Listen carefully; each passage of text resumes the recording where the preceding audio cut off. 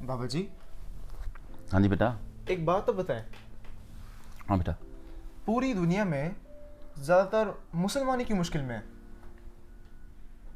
क्यों, आपको प्रॉब्लम है कोई? नहीं बाबा जी, मैं रोज़ देखता हूँ उनकी इन चीज़ों के बारे में पढ़ता हूँ और मैं सोचता हूँ क्यों ऐसा क्यों है। बेटा देखो, जो भी इंसान कम इल्म होता है ना और कम अक्ल होता है, उसके साथ यही कुछ होता है, वो कोई भी हो। इसका क्या मतलब है बाबा जी?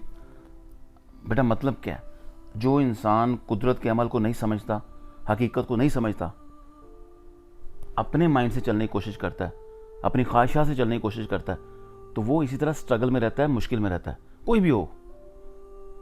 बाबा जी, मैं समझ नहीं, आप क्या कहना चाह रहे हैं? बेटा देख मेरी बात सुन, मैं आपको एक मिसाल देता हूँ छोटी सी।